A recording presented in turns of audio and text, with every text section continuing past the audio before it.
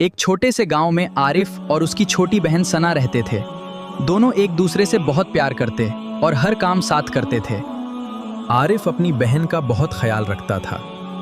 सना भी अपने भाई की हर बात मानती थी। दोनों रोज सुबह साथ स्कूल जाते थे। रास्ते भर हंसी मजाक करते और खुश रहते थे। उनके माता पिता गरीब थे, लेकिन दिल के बहुत अच्छे थे। वे बच्चों को हमेशा प्यार और एकता का पाठ सिखाते थे। एक दिन पिता बहुत बीमार पड़ गए। घर की सारी जिम्मेदारी अचानक आरिफ पर आ गई। आरिफ ने पढ़ाई के साथ काम करना शुरू कर दिया। वो दिन रात मेहनत करता ताकि घर चल सके। सना अपने भाई की तकलीफ समझती थी। वह चुपचाप घर के सारे काम करने लगी। कई बार आरिफ थककर उदास हो जाता था, लेकिन सना उसे हंसाकर फिर हिम्मत देती थी। एक दिन स्कूल की फीस भरने का समय आया। घर में इतने पैसे नहीं थे कि दोनों पढ़ सकें। आरिफ ने तय किया कि वो अपनी पढ़ाई छोड़ देगा।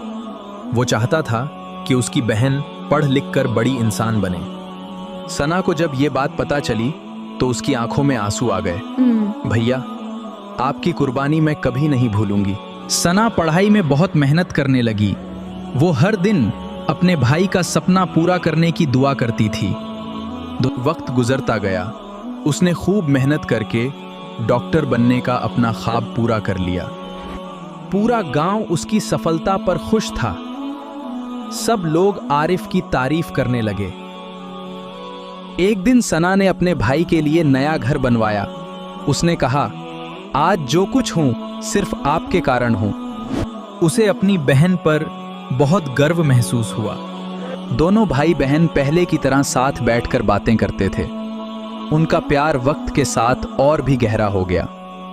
गांव के लोग उनकी मिसाल देने लगे। सब कहते, सच्चा भाई बहन वही होता है जो हर मुश्किल में साथ निभाए।